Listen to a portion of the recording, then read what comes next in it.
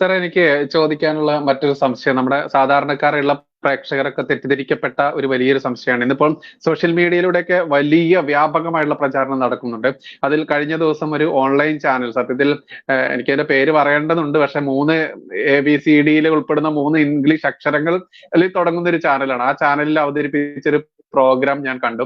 നമ്മുടെ അഡ്വക്കേറ്റ് ജയശങ്കർ സാറിന്റെ ഒക്കെ സ്ഥിരം വീഡിയോ വരുന്ന ഒരു ചാനലാണ്, പ്രേക്ഷകർക്ക് മനസ്സിലായി കാണുമെന്ന് കരുതുന്നു. ആ ചാനലിൽ അവതരിപ്പിച്ച ഒരു കാര്യമുണ്ട്. അതിൽ പറയുന്നുണ്ട്, RSS പിന്നിൽ നിന്ന് കുത്തി, അതല്ലെങ്കിൽ RSS പിന്തുണ പിൻവലിച്ചു, RSS കൊടുത്ത മുട്ടൻ പണി എന്ന രീതിയിൽ കൃത്യമായിട്ട് പ്രചരിപ്പിക്കപ്പെടുന്നുണ്ട്. അതിന് ബുദ്ധിയില്ലാത്ത രീതിയിൽ പല രീതിയിലുള്ള പ്രചാരണം നടത്തിക്കൊണ്ടിരിക്കുന്ന ഓൺലൈൻ ചാനലുകാരൊക്കെ നല്ലോണം ചുക്കാൻ പിടിക്കുന്നുണ്ട്. BJP അതല്ലെങ്കിൽ RSS പിന്തുണയുള്ള അവർക്കൊക്കെ പ്രചരിപ്പിക്കുന്ന അവരുടെ സപ്പോർട്ടർ എന്ന രീതിയിൽ നിലനിന്നുകൊണ്ടിരുന്ന ചാനലുകാരാണ് ഇത്തരത്തിൽ ഇന്നിപ്പോൾ തിരിഞ്ഞു വന്നിരിക്കുന്നത് എന്നാണ് മറ്റെടുത്ത് പറയേണ്ടത്. ഇത്തരത്തിൽ RSSനെ പഴിചാരിക്കൊണ്ട് ഇങ്ങനെ ചെയ്യുന്ന ഈ പ്രചാരണത്തിന് അതിനെതിരെ സാറിന്റെ ഒരു അറിവ് വെച്ചിട്ട്, കാരണം സാറ് എന്തായാലും ഭാരതത്തിൽ അങ്ങോളം ഇങ്ങോളം സഞ്ചരിച്ചിട്ടുള്ള ആളാണ്, എന്തായാലും അങ്ങനെ ഒരു സംഭവം നടന്നിട്ടുണ്ടെങ്കിൽ നരേന്ദ്രമോദിജി അദ്ദേഹം പറഞ്ഞ അതിന് ഇവർ സാക്ഷ്യപ്പെടുത്തുന്നത് മോദീസ് ഗ്യാരണ്ടി എന്ന് പറയുന്ന ഒരു വാക്ക് ഉപയോഗിച്ചതോടുകൂടി RSS പിൻവലിഞ്ഞു, അതല്ലെങ്കിൽ യോഗി ആദിത്യനാഥിന്റെ ആ ഒരു മനസ്സിന് മുറിവേറ്റു, ആ രീതിയിലൊക്കെ പ്രചാരണം നടക്കുന്നുണ്ട്. അതിൽ നമ്മുടെ ആളുകളും അത് തെറ്റിദ്ധരിച്ച് പറയുന്നുണ്ട്, പലരും പറയുന്നുണ്ട്. ഇതിന്റെ അടിയിൽ തന്നെ കമന്റ് ഇടുന്ന കണ്ടു. കഴിഞ്ഞ ദിവസത്തെ ലൈവിലൊക്കെ ഇഷ്ടംപോലെ കമന്റുകൾ ഉണ്ടായിരുന്നു. യോഗി ആദിത്യനാഥ് കൊടുത്ത സ്ഥാനാർത്ഥി പട്ടിക എന്തുകൊണ്ട് നിങ്ങൾ അതിൽ മാറ്റം വരുത്തി, RSSന് പണിയാൻ നോക്കിയ മോദിജി എന്ന രീതിയിലൊക്കെ കമന്റുകളൊക്കെ ഇടുന്നത് കണ്ടിട്ടുണ്ടായിരുന്നു. അതുകൂടി ഒന്ന് എക്സ്പ്ലെയിൻ ചെയ്യുകയാണെങ്കിൽ എങ്ങനെയായിരിക്കും സാറിന്റെ വാക്കുകൾ? ഇപ്പോൾ ഞാൻ പറഞ്ഞ ഇന്റലക്ച്വൽ വാറിന്റെ ഏറ്റവും ശക്തമായ ആയുധം തന്നെയാണ് RSSും BJPയും രണ്ട് രീതിയിൽ ചിന്തിച്ചു, അല്ലെങ്കിൽ RSSന് BJPയുടെ പ്രവർത്തനങ്ങളെ ഇഷ്ടമായില്ല, അല്ലെങ്കിൽ RSS നരേന്ദ്രമോദിയുടെ ഏകാധിപത്യ പ്രവണതകൾക്കെതിരാണ്, അതിന്റെ തിരിച്ചടിയാണ് നരേന്ദ്രമോദിക്ക് കിട്ടിയത്. ഈ പ്രചരണം ഈ ഇന്റലക്ച്വൽ വാറിന്റെ ഏറ്റവും ശക്തമായ ആറ്റം ബോംബാണ്. അതായത് ലോക ചരിത്രത്തിൽ ഒരിടത്തും കാണാത്തൊരു സംഭവമാണ് RSSനെ പോലൊരു സംഘടന 100 വർഷമായി ഇന്ന് വരെ പിളർന്നിട്ടില്ല. ഇന്ന് വരെ അതിനകത്തുനിന്ന് ഒരു ഗ്രൂപ്പ് പുറത്തോട്ട് പോയിട്ട് എതിരായിട്ട് നിന്ന് പ്രവർത്തിച്ചിട്ടില്ല. അത് 100 വർഷമായി. എന്നാൽ 1975 വർഷമായി BJP ഉണ്ടായിട്ട്. BJP എന്ന് പറയുമ്പോൾ സാങ്കേതികമായിട്ടല്ല, ആദ്യം ജനസംഘമായിരുന്നു, പിന്നീട് ജനതാ പാർട്ടിയുടെ കാലഘട്ടത്തിന് ശേഷം അത് BJP ആയി. പക്ഷെ ജനസംഘമായിരുന്നപ്പോഴും BJP ആയിരുന്നപ്പോഴും നമ്മൾ ശ്രദ്ധിച്ചു നോക്കിക്കോളൂ, ഈ കഴിഞ്ഞ 3/4 നൂറ്റാണ്ട് കാലത്തെ അതിന്റെ ചരിത്രത്തിൽ ആ രാഷ്ട്രീയ പാർട്ടി പിളർന്നിട്ടില്ല. ഇന്ത്യയിൽ കോൺഗ്രസ് എത്രയോ തവണ പിളർന്നു. ഇന്ത്യയിലെ കമ്മ്യൂണിസ്റ്റ് പാർട്ടി എണ്ണിയാൽ തീരാത്ത 38 36 കമ്മ്യൂണിസ്റ്റ് പാർട്ടി ഇപ്പോഴുണ്ട്. എല്ലാ സംസ്ഥാനങ്ങളിലും 2 3 കോൺഗ്രസ് ഉണ്ട്. പക്ഷെ BJP എന്ന് പറയുന്ന സാധനം ഒറ്റ എണ്ണേ ഉള്ളൂ, അന്നും ഇന്നും എന്നും ഒരെണ്ണേ ഉള്ളൂ. അപ്പോൾ ഇതൊരു വലിയ ലോകാത്ഭുതമാണ്. RSSും BJPയും ലോക അത്ഭുതമാണ്. ആ ലോക അത്ഭുതത്തെ തകർക്കാതെ ഇന്ത്യ തകർക്കാൻ പറ്റില്ല എന്നിവർക്ക് മനസ്സിലായി. അപ്പോൾ അവർ ഉപയോഗിക്കുന്ന, ശരിക്കും പറഞ്ഞാൽ ഒരു ഉണ്ടയില്ല വെടി മാത്രമാണ്. RSS BJP രണ്ടാണ്. അപ്പൊ ഇന്നലെ ഒരു ചാനലിൽ ഈ വിഷയം എന്നോട് ചോദിച്ച സമയത്ത് ഞാൻ ചോദിച്ചു, ഈ RSSന്റെ പ്രചാരകനാണല്ലോ, RSS തന്നെയാണല്ലോ നരേന്ദ്രമോദി, അല്ലാതെ നരേന്ദ്രമോദി നിങ്ങൾ കാണുന്ന BJPക്കാരൻ മാത്രമല്ല. അതായത് ജനസംഘം ഉണ്ടാക്കാൻ വേണ്ടി ആദ്യകാലത്ത് ആലോചിക്കുന്ന സമയത്ത് RSSലെ ഏറ്റവും ശക്തനായിട്ടുള്ള പ്രചാരകനെ ആണ് പണ്ഡിറ്റ് ദീൻദയാൽ ഉപാധ്യായ ആണെന്ന് വിട്ടുകൊടുത്തത്. അന്ന് അദ്ദേഹം ഉത്തർപ്രദേശിന്റെ പ്രാന്ത പ്രചാരകൻ. ഇന്ത്യയിലെ ഉത്തർപ്രദേശ് എന്നൊക്കെ പറയുമ്പോൾ ഉണ്ടല്ലോ, നമ്മൾ ധരിച്ചിരിക്കുന്ന നമ്മുടെ ഒരു ചുമ്മാ സംസ്ഥാനം അല്ല. ഉത്തർപ്രദേശും ബീഹാറും കൂടെ കൂടിയാൽ അമേരിക്കയായി. ഉത്തർപ്രദേശിന്റെ ജനസംഖ്യയും ബീഹാറിന്റെ ജനസംഖ്യയും കൂടെ ഒന്നിച്ചു കൂട്ടിയാൽ അമേരിക്കൻ ജനസംഖ്യ എന്ന് പറയുമ്പോൾ അത്രയും വലിയ ഒരു ഭൂവിഭാഗം. അവിടുത്തെ പ്രാന്ത പ്രചാരകനായിരുന്ന പണ്ഡിറ്റ് ദീൻദയാൽ ഉപാധ്യായാണ് ജനസംഘം ഉണ്ടാക്കുമ്പോൾ അതിന്റെ ചുമതല ഏൽപ്പിക്കുന്നത്. അന്ന് മുതൽ ഇന്ന് വരെ ഈ ജനസംഘമാണെങ്കിലും BJP ആണെങ്കിലും രണ്ടായിട്ട് നിൽക്കുന്ന ഒരു സ്വഭാവം ഇല്ല. ഇത് ഇതിനകത്തുള്ളവർക്ക് മനസ്സിലാവും. ഇപ്പൊ BJPക്കാരനായിട്ടുള്ള അല്ലെങ്കിൽ RSSകാരായിട്ടുള്ള ഒരു 10-15 വർഷത്തിന്റെ പ്രവർത്തന പാരമ്പര്യമുള്ള എല്ലാവർക്കും ഇത് മനസ്സിലാവും. പക്ഷെ പുറത്ത് നിൽക്കുന്നവർ ഓർത്തിരിക്കുന്ന ഈ RSSും BJP രണ്ടാണെന്നാണ്. ഇനിയിപ്പോ ഇവരെ അറിയാൻ മേലാത്ത 100 കണക്കിന് വിവിധ ക്ഷേത്രങ്ങൾ, ഞങ്ങൾ വിവിധ ക്ഷേത്രങ്ങൾ എന്ന് അതിന് പറയാം, പുറത്തുള്ളവർ അതിനെ പരിവാർ എന്ന് പറയും. ഇത് പറയുന്നത് കേട്ടാൽ തന്നെ അറിയാം. പരിവാർ എന്ന് ആരെങ്കിലും പറയുകയാണെങ്കിൽ അവർക്ക് ഈ സാധനത്തെ കുറിച്ച് ഒരു ചുക്കും അറിയത്തില്ല എന്ന് അതിന്റെ അർത്ഥം. വിവിധ ക്ഷേത്രം എന്ന് പറയുമ്പോൾ ഇത് അകത്തുള്ളവരാ ഉപയോഗിക്കുന്ന ഒരു വാക്കാണ്. അപ്പൊ ഈ ഒരു സംവിധാനത്തിനെ ഒരു ശരീരത്തിന്റെ കാല്, കയ്യ്, കണ്ണ്, മൂക്ക്, ചെവി എന്നൊക്കെ ഉള്ള അവയവങ്ങൾ പോലെ തന്നെയാണ്. അല്ലാതെ കാല് കൈക്കെതിരാണെന്നോ കണ്ണ് ചെവിക്കെതിരാണെന്നോ ഒക്കെ പറയുന്ന പോലെയാണ് BJP RSSനെതിരാണ്, RSS BJPക്ക് എതിരാണ്, അവർ കൊടുത്ത പണിയാണ് എന്നൊക്കെ പറയുന്നത്.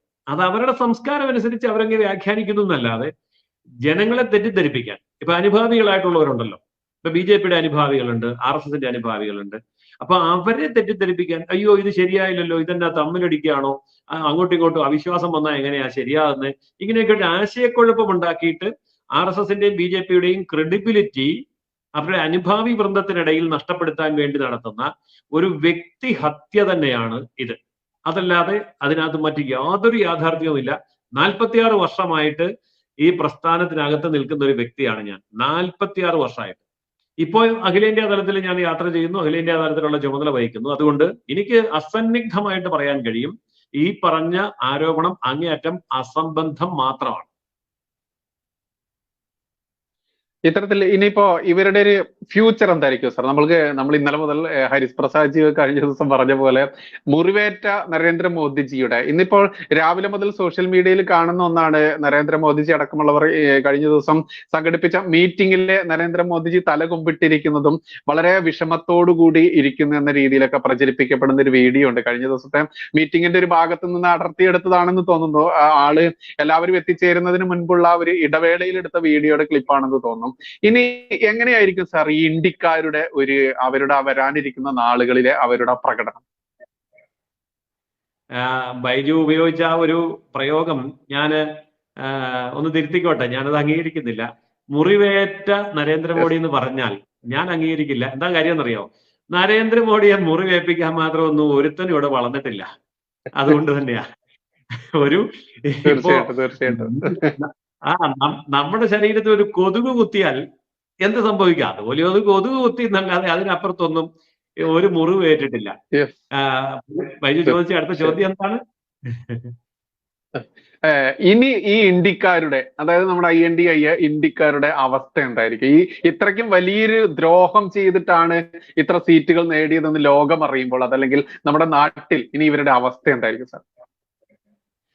അവരുടെ അവസ്ഥ വളരെ വ്യക്തമാണ്.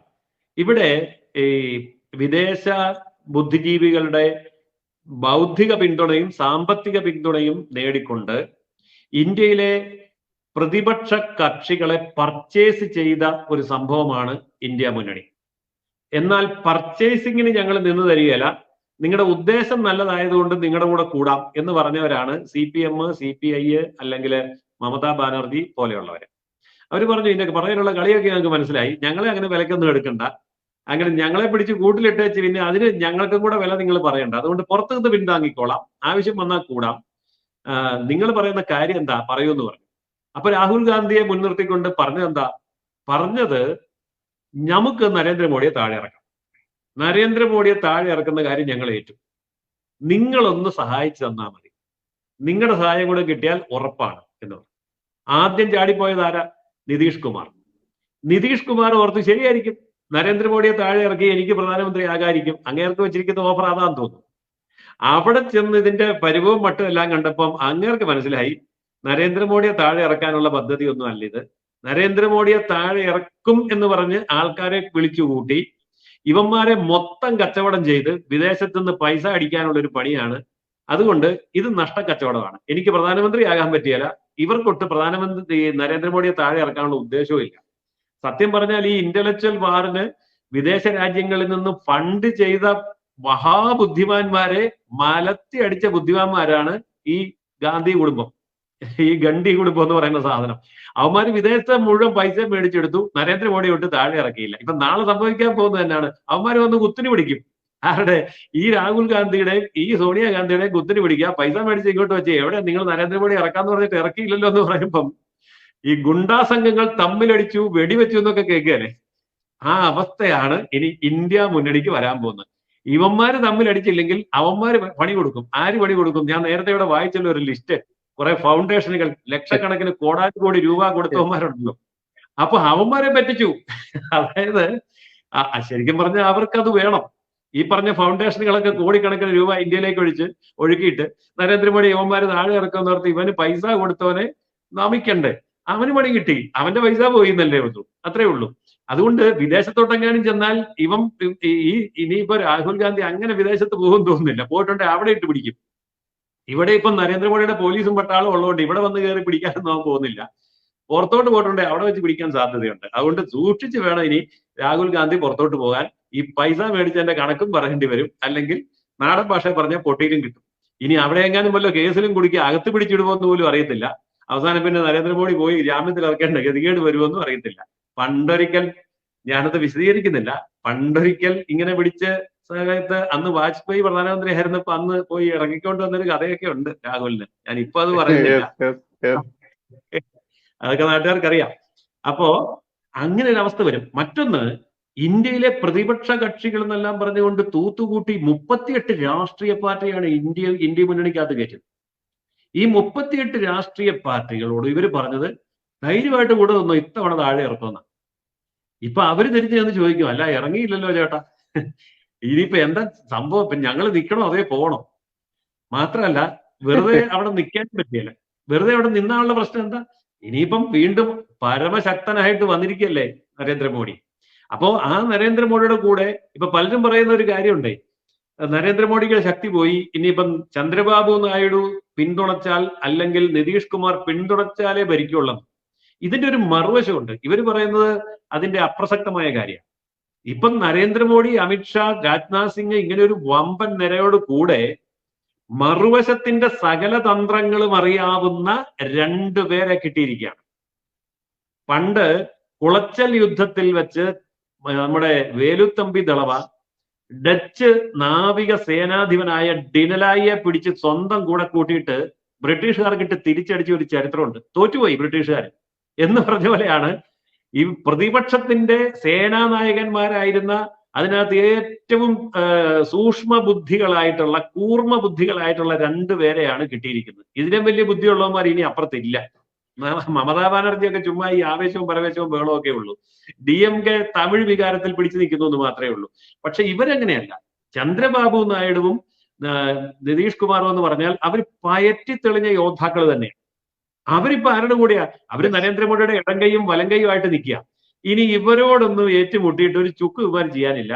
അപ്പൊ സംഭവിക്കാൻ പോകുന്നത് എന്താന്ന് വെച്ചാൽ, ഈ നരേന്ദ്രമോദിക്ക് ശക്തരായ 2 പേരെ ഇവർ സംഭാവന ചെയ്തു. അതായത് രാമന്റെ ഇടതുവശത്തും വലതുവശത്തും നിൽക്കാൻ ഭരതനെയും ലക്ഷ്മണനെയും ഇവര് സംഭാവന ചെയ്തു എന്ന് പറഞ്ഞാൽ മതി. ഇവർക്ക് ബുദ്ധി ഉണ്ടായിരുന്നെങ്കിൽ ഇവരെ കൂടെ നിർത്തണ്ടേ? പ്രധാനമന്ത്രിയോ ഇനി പ്രസിഡന്റ് സ്ഥാനോ സ്പീക്കറോ എന്നതൊക്കെയാ വേണ്ടതെന്ന് ചോദിച്ചാൽ അതെല്ലാം കൂടെ കൊടുത്ത് കൂടെ നിർത്തണ്ടേ? അങ്ങനെ കൂടെ നിർത്താൻ മമത സമ്മതിക്കുകയില്ല. മമതയ്ക്ക് പ്രധാനമന്ത്രി ആകണം. DMK സമ്മതിക്കുകയില്ല. DMKക്ക് പ്രധാനമന്ത്രി ആകണം. പറ്റുമെങ്കിൽ ഒരു ഉപപ്രധാനമന്ത്രി ആകാനും പറ്റുമെന്നായിരുന്നു പിണറായി വിജയൻ നോക്കിയത്. ഏതായാലും അതും ഇങ്ങനെയായി. അതുകൊണ്ട് തലയെടുപ്പുള്ള ബുദ്ധിയുള്ളവന്മാരെ ഒന്നും ഇവരുടെ കൂടെ വേണ്ട. അപ്പൊ അവരെ ഉപേക്ഷിച്ചു. എന്താ സംഭവിച്ചത്? ഇവർക്ക് മനസ്സിലായി ഈ കൂടെ നിന്നിട്ട് കാര്യമില്ല. ഇവരുടെ അജണ്ട വേറെയാണ്. നരേന്ദ്രമോദിയെ താഴെ ഇറക്കാനുള്ള അജണ്ട ഒരിക്കലും ഇന്ത്യ മുന്നണിക്കില്ല. നരേന്ദ്രമോദിയെ താഴെ ഇറക്കുമെന്ന് പറഞ്ഞുകൊണ്ട് വിദേശത്തുനിന്ന് വല്ലതും വാങ്ങിച്ചെടുക്കാനുള്ള അജണ്ട മാത്രമേ ഇയാൾക്കുള്ളൂ എന്ന് മനസ്സിലായപ്പോഴാണ് അവർ വിട്ടുപോയത്. അപ്പോൾ ഇനി ഇന്ത്യ മുന്നണി സ്വയം പിരിഞ്ഞു പോകും. അതല്ല എങ്കിൽ ഇന്ത്യ മുന്നണിക്കകത്ത് കൂട്ടയടി നടക്കും. ഇന്ത്യ മുന്നണിയിൽ നിന്ന് പരമാവധി ആൾക്കാര്, പാർട്ടികള് BJP മുന്നണിയിലേക്ക് ചേക്കേറും. ഇതായിരിക്കും സത്യപ്രതിജ്ഞയ്ക്ക് ശേഷം ഭാരതം കാണാൻ പോകുന്ന വളരെ വിചിത്രമായിട്ടുള്ള ഒരു സംഭവം. ഓക്കെ, ഇതിനവര് സാക്ഷ്യപ്പെടുത്താൻ വേണ്ടി പറയുന്ന കാര്യമാണ് സ്മൃതി ഇറാനിയുടെ പരാജയം. മാത്രമല്ല നരേന്ദ്രമോദിജി ഒരു വേള ഏകദേശം 6000 വോട്ടിന് താഴെ പോയതും ഭൂരിപക്ഷം അദ്ദേഹത്തിന് വളരെയധികം കുറവ് വന്നിട്ടുള്ളത്, അമിത്ഷാജിയുടെ ഭൂരിപക്ഷം കൂടിയത്, പിന്നെ ഇപ്പൊ നദ്ദാജിയെ മാറ്റിയിട്ട് വേറെ ആരെ കൊണ്ടുവരുമെന്നൊക്കെയാണ് ഇവർ തന്നെ അങ്ങോട്ട് പ്രഖ്യാപിക്കുന്നത്. കാരണം RSSന്റെ കാര്യാലയം നാഗ്പൂരിൽ നിന്ന് കിട്ടിയ റിപ്പോർട്ട് എന്ന രീതിയിലൊക്കെയാണ് പല ചാനലുകാർ റിപ്പോർട്ട് ചെയ്തത്. അത് ഇതിലെ കണ്ടപ്പോൾ നില കോമഡി ഷോ കണ്ട പോലെ കണ്ടു. അത് അഭിനയിച്ച ആളും ഒരു കോമഡി അവതരിപ്പിക്കുന്ന ആളായതുകൊണ്ട് അതേ ഫീലോട് കൂടി തന്നെ ആളുകൾ എടുക്കുന്നുള്ളൂ. ഏതായാലും ഇനി അജ്ഞാതന് പണി കൂടും അല്ലെ സാർ? അജ്ഞാതൻ രംഗത്തിറങ്ങിയാൽ കുറെ പണി കൂടുതലുണ്ടാവും.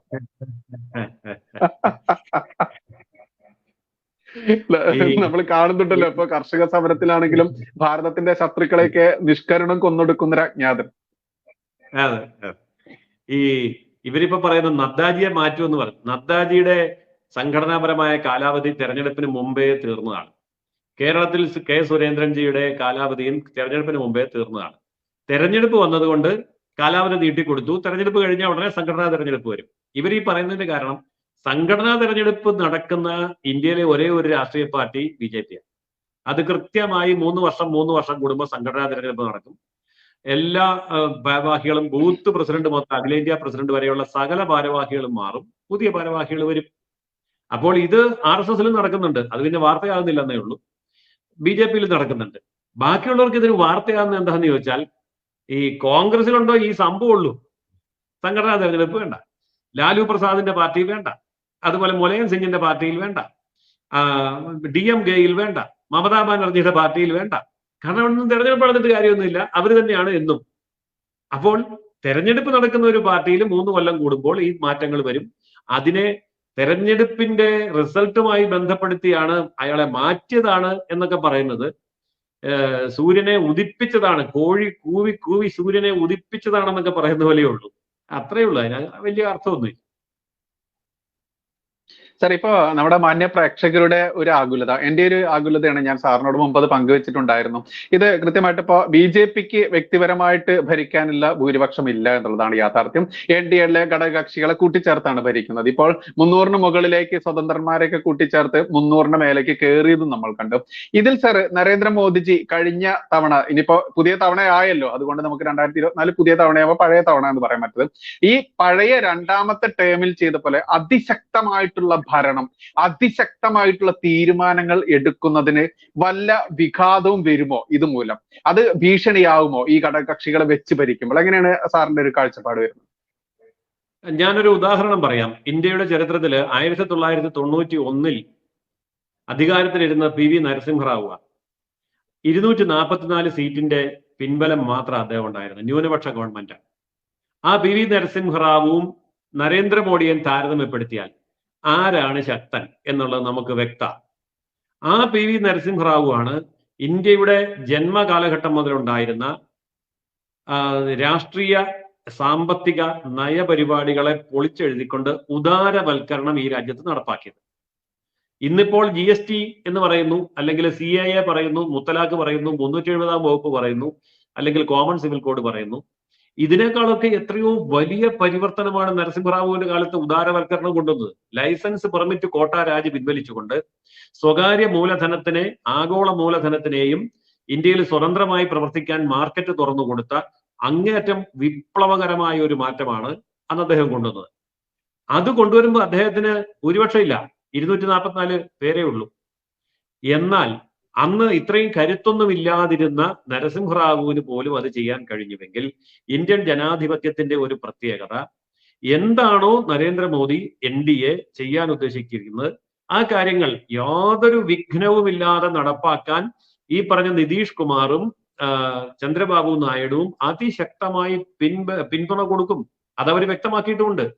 അതായത് ദേശീയ ജനാധിപത്യ സഖ്യം മുന്നോട്ട് വെച്ചിരിക്കുന്ന ആശയങ്ങളുടെ പൂർത്തീകരണത്തിന് വേണ്ടി ഞങ്ങൾ ആരും തടസ്സം നിൽക്കുന്നില്ല എന്ന് അവർ വ്യക്തമായിട്ടുണ്ട്. കാരണം ഇത് ഇന്ത്യയിലെ മീഡിയ ആയതുകൊണ്ട് കുത്തി ചോദിക്കുമല്ലോ, നിങ്ങൾ പിടിച്ചു കെട്ടുവോ, മൂക്ക് കയറിടുവോ, അതെയോ കാലെ ചങ്ങലിടുവോ എന്നൊക്കെ ചോദിച്ചപ്പോ അതൊന്നുമില്ല. ഭരിക്കാൻ ഞങ്ങളെല്ലാവരും അദ്ദേഹത്തോടൊപ്പം പിന്തുണ കൊടുക്കും എന്നുകൂടിയാണ് പറഞ്ഞിരിക്കുന്നത്. അതുകൊണ്ട് കാത്തിരുന്ന് കാണുമൊന്നും വേണ്ട, നടപടിക്രമങ്ങൾ എന്തൊക്കെയാണോ ആസൂത്രണം ചെയ്തിരിക്കുന്നത് അതേപടി തന്നെ മുന്നോട്ട് പോകും. ഓക്കെ, എന്തായാലും ഇനി വരാനിരിക്കുന്ന നാളുകളിൽ അജ്ഞാതന്റെ വാർത്തകൾ ഒരുപാട് കേൾക്കാൻ ഇടവരട്ടെ. നരേന്ദ്രമോദിജിയുടെ ശക്തിക്ക് ഒരു കുറവും വന്നിട്ടില്ല എന്നുള്ളതാണ് യാഥാർത്ഥ്യം. ഇപ്പോൾ ജയസൂര്യൻ സാർ പറഞ്ഞതും ഹരിപ്രസാദ്ജി പറഞ്ഞ 2 കാര്യങ്ങൾ നമ്മൾ എടുത്തു പറയേണ്ടതുണ്ട്. ഹരിപ്രസാദ്ജി പറഞ്ഞ പോലെ മുറിവേറ്റ നരേന്ദ്രമോദിജിയെ ഭയക്കേണ്ടത് നിങ്ങൾ ഒരുപാട് ഭയക്കണം എന്ന് പറഞ്ഞാൽ, അത് മുറിവേറ്റിട്ട് പോലുമില്ല, അത് കൊതുക് കുത്തിയ ലാഞ്ചന പോലും ഉണ്ടായിട്ടില്ല എന്നുള്ളതാണ് യാഥാർത്ഥ്യം. കാരണം നരേന്ദ്രമോദിജി തന്റെ 3ാം കിരീടം ഉറപ്പിച്ചുകൊണ്ട് 8ാം തീയതിയോടുകൂടി സത്യപ്രതിജ്ഞ ചെയ്ത് 3ാമതും ഭരണം ഏറ്റെടുക്കും. ആ ഭരണത്തിന് ശേഷം കാണാനുള്ള കളികൾ ഇനി കണ്ടുകൊണ്ടേ തീർക്കേണ്ടതുണ്ട്. ഇവിടെ ഇന്ത്യ എന്ന് പറയുന്ന ലോകത്താകമാനമുള്ള ക്ഷുദ്രശക്തികളെ പൂർണ്ണമായും കൂട്ടുപിടിച്ചുകൊണ്ട് 38ഓളം വരുന്ന ഈ ആളുകൾ, ചെറിയ പാർട്ടി ചപ്പ് ചവറുകളെ കൂട്ടിച്ചേർത്ത് പിടിച്ചുകൊണ്ട് കോടിക്കണക്കിന് പണം നൽകിക്കൊണ്ട് അവരുടെയൊക്കെ അണ്ണാക്കിലേക്ക് ഭാരതത്തിന്റെ ആ SS തിരികെ കൊടുക്കാൻ ശ്രമിച്ചാൽ അതൊരിക്കലും ഈ നാട് അംഗീകരിക്കില്ല. ഈ നാടിന് ഒരു പ്രത്യേകതയുണ്ട്, അതാണ് മഹാഭാരതം എന്ന് പറയുന്ന ഈ ഭാരതത്തിന്റെ സംസ്കാരം. ആ സംസ്കാരം വിട്ടുകൊണ്ട് ഒരിക്കലും ധർമ്മം, ആ അധർമ്മത്തിന് മേൽ ആ അധർമ്മത്തിന് വിജയിക്കാൻ ഇടം കൊടുത്തിട്ടില്ല. അതുകൊണ്ട് ധർമ്മം ഏത് നിമിഷവും വീണ്ടും വീണ്ടും പുനരവതാരം എടുക്കുക തന്നെ ചെയ്യും. അത് നരേന്ദ്രമോദിജിയിലൂടെയാവാം, യോഗി ആദിത്യനാഥ് വര്യനിലൂടെ ആവാം, ആരിലൂടെയും ആവാം. വ്യക്തികൾക്കല്ല ഇവിടെ പ്രധാനം, ഇവിടുത്തെ ഭാരതത്തിന്റെ പിറവികൾക്കാണ് പ്രാധാന്യം എന്ന് പറയേണ്ടതുണ്ട്. എന്തായാലും ഈ വിഷയത്തിൽ ഗംഭീരമായി തന്നെ ആളുകളുടെ തെറ്റിദ്ധാരണ തീർക്കുന്നതിലേക്ക് നമ്മുടെ പ്രിയപ്പെട്ട അഡ്വക്കേറ്റ് ജയസൂര്യൻ സാർ എത്തി എന്നുള്ളത് തീർത്തും പറയേണ്ടതുണ്ട്. നന്ദി, ഒരുപാട് നന്ദിയുണ്ട് സാർ. കാരണം വലിയ വലിയ തെറ്റിദ്ധാരണകളാണ് ആളുകളുടെ മനസ്സിലുള്ളത്. എനിക്ക് തോന്നുന്നു 6000-ൽ പരം ആളുകളാണ് ഈ ലൈവ് കണ്ടുകൊണ്ടിരിക്കുന്നത് എന്നറിയാം. വലിയൊരു സംഭവം. കാരണം സാധാരണ നമ്മുടെ ലൈവൊക്കെ 800-700 പേരൊക്കെയാണ് കാണാറ്. പക്ഷെ 6000-ൽ പരം നമ്മുടെ 3 ചാനലുകളാണ് കണക്ട് ചെയ്തിട്ടിരിക്കുന്നത്.